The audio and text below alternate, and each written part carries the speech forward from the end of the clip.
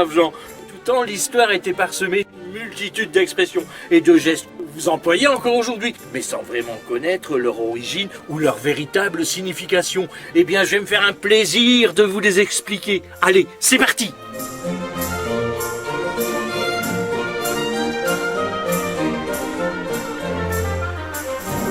Aujourd'hui, nous allons voir une expression qui est chaude et surprenante. Et c'est « à brûle-pourpoint ».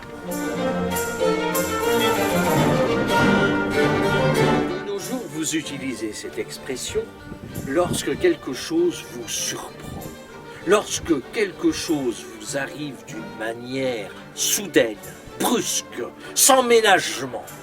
Par exemple, alors qu'à mon travail, je n'ai jamais rien fait, je me suis fait licencier à brûle-pourpoint. Mais d'où vient cette expression? L'expression nous vient du Moyen-Âge, plus exactement du XIVe siècle, avec l'apparition des premières armes à feu. Un pourpoint, c'était une veste, comme celle-ci. Et tirer à brûle-pourpoint, c'était tirer très proche de son adversaire en le surprenant et en brûlant son pourpoint.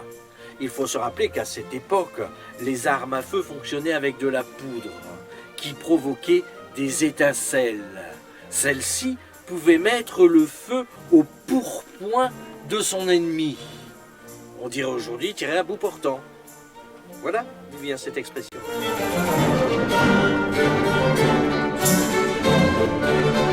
À brûle-pourpoint, c'est tirer sur son adversaire par surprise, à bout portant.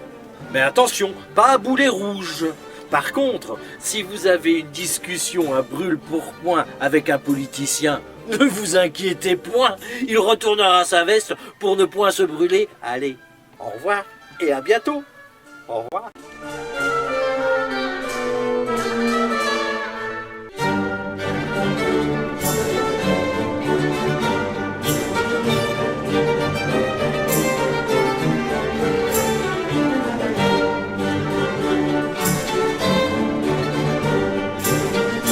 Aujourd'hui, nous allons voir une expression qui est d'ordre pécuniaire, et c'est « avoir maille à partir ». De nos jours, vous utilisez cette expression pour dire que vous avez eu un différend, parfois violent, et très difficile à régler avec une autre personne. Par exemple, le chat avait fait sauter les mailles du tricot de ma femme. Eh bien, j'ai eu maille à partir pour prouver mon innocence. Mais d'où vient cette expression?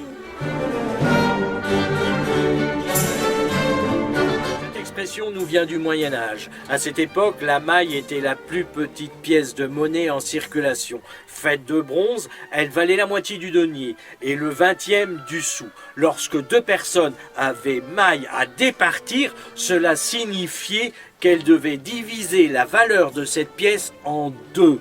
Cette opération était quasiment impossible et elle entraînait des conflits. Le mot « départir », synonyme de « partager », au fil du temps s'est transformé en « partir » pour donner « maille à partir ». Voilà d'où vient cette expression.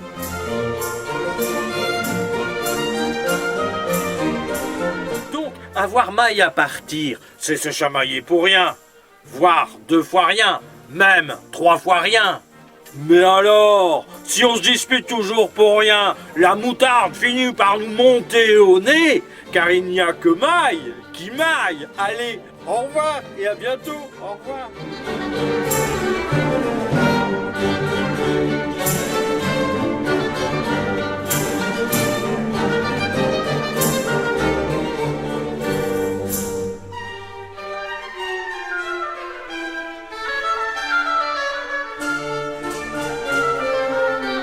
Aujourd'hui, nous allons voir une expression qui est à dormir debout.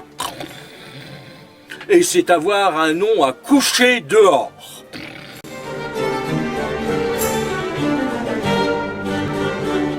Vous utilisez cette expression pour dire que quelqu'un a un nom difficile à prononcer ou à retenir.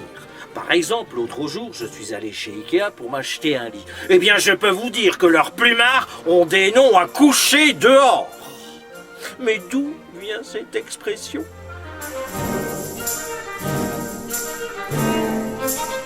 Cette expression nous vient du Moyen-Âge. Cette époque était une période très rude. Les brigands et les vagabonds erraient, détroussant les pauvres gens qu'ils croisaient sur leur chemin. Si bien que les aubergistes étaient d'un naturel très méfiant. Lorsque quelqu'un se présentait à la porte de l'auberge à la nuit tombée, il fallait montrer patte blanche et donner son nom.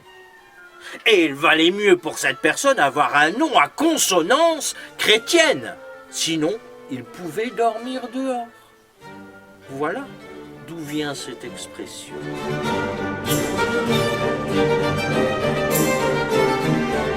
Donc, mesdames, si vous ne voulez pas coucher dehors, n'épousez pas un machin bidule truc muche.